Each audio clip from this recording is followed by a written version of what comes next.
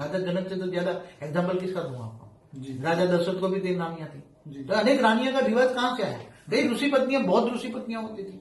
तो ये तो बापूजी खुद के जैसे एक ऋषि, क्या मैं भूल जाता हूँ, बहुत ऋषियों का पढ़ा हुआ है ना, बहुत लिटरेचर। जी जी। तो जैसे द्वितीय और अदिति 2 पत्नियां थी, उसके साथ और भी कई पत्नियां, उसको 13 पत्नियां थी।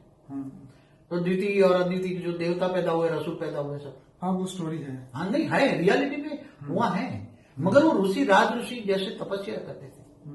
वो ऐसे मतलब नहीं उस आज। समय आत्मा की जो स्टेज जो थी वो हाई क्वालिटी उस माना जाता था। हाँ, आत्मा की स्टेज थी ना, आत्मा मतलब में वो पावर थी, आत्मा में पावर। मतलब आत्मा जो थी वो तमोगुण में नहीं थी उस समय पे, सतोगुणी आत्मा हाँ। थी। तो उसके अंदर जो सत्य वाले गुण थे, तो इसलिए शायद उनको अच्छी ज्यादा रानी होते हुए भी उनको वो नहीं बताया। वहां वो देखभाल वाली बात नहीं होती, वहां इनके पास जैसे कृष्ण को भी इतनी सारी पटरानी बताते हैं। कृष्ण को 16,108 रानियां थी, विष्णु पुराण पढ़ो ना। मगर कृष्ण ने तो 16,108 रूप निकाले थे, ये कोई नहीं जानता। हाँ। ये नारद ने एक बार मैं पढ़ रहा था, क्योंकि कृष्ण मेरा बहुत अति प्रिय प्रसन्न का वो भगवान था, मैं कृष्ण को बहुत मानता था। कैरेक्टर बहुत ऊंचा था कृष्ण का।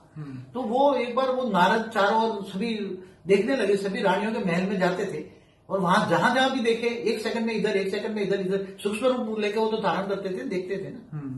तो हर पल जहां भी देखा, तो हर जगह उसको कृष्ण दिखाई दिया। फिर उसने देखा तो कृष्ण ने 16,108 रूप धारण किए थे, और वो रूप धारण करके हर पत्नी के साथ 16,108 रूपों के साथ रूप थे, और उससे 10 लड़का और एक लड़की पैदा हुई। और कृष्ण ने 120 साल की उम्र में शरीर छोड़ा। और कृष्ण भी वो ऑलमाइटी अथॉरिटी का अवतार था, राम भी ऑलमाइटी अथॉरिटी के अवतार थे। और कृष्ण का प्रयोजन सृष्टि परिवर्तन का था, सोने की द्वारका बनाकर परिवर्तन करना था, मगर नहीं हो पाया, ये अनफॉर्चुनेट है।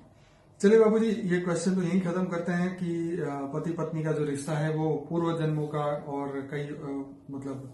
अच्छा बाबूजी, वो जो 7 जन्म वाली बात थी ये भी बता दे कि हाँ, हमारे हिंदू धर्म में जो है ना, जब शादी कराते हैं ना, तो 7 गठबंधन करते हैं वो जो, तो वो बोलते हैं कि तुम 7 जन्म तक जोड़ी बना सलामत रहे, ऐसा एक दूसरे को ब्राह्मण होता है वो आशीर्वाद देते हैं। और जो उसको जो पांव छूने जाते हैं, जो शादी जो हुई वर वधू दोनों, तो पहले आशीर्वाद देते, 7 जन्म तक साथ रहो, 7 जन्म के साथी बनो, 7 जन्म के साथी रहो, ऐसा वो आशीर्वाद देते थे पहले।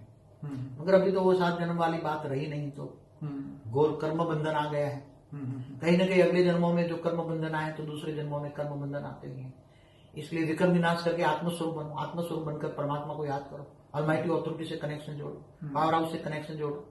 पावर हाउस से कनेक्शन जोड़ोगे तो आत्मा में पावर आएगी, आत्मा में पावर आएगी तो कर्मों के कारण शरीर चार्ज हो जाए, सूक्ष्म शरीर, स्थूल शरीर, सब विकर्म विनाश हो जाएगा, आत्मा हल्की हो जाएगी और कर्मातीत अवस्था हो जाएगी। कर्मातीत अवस्था हो जाएगी तो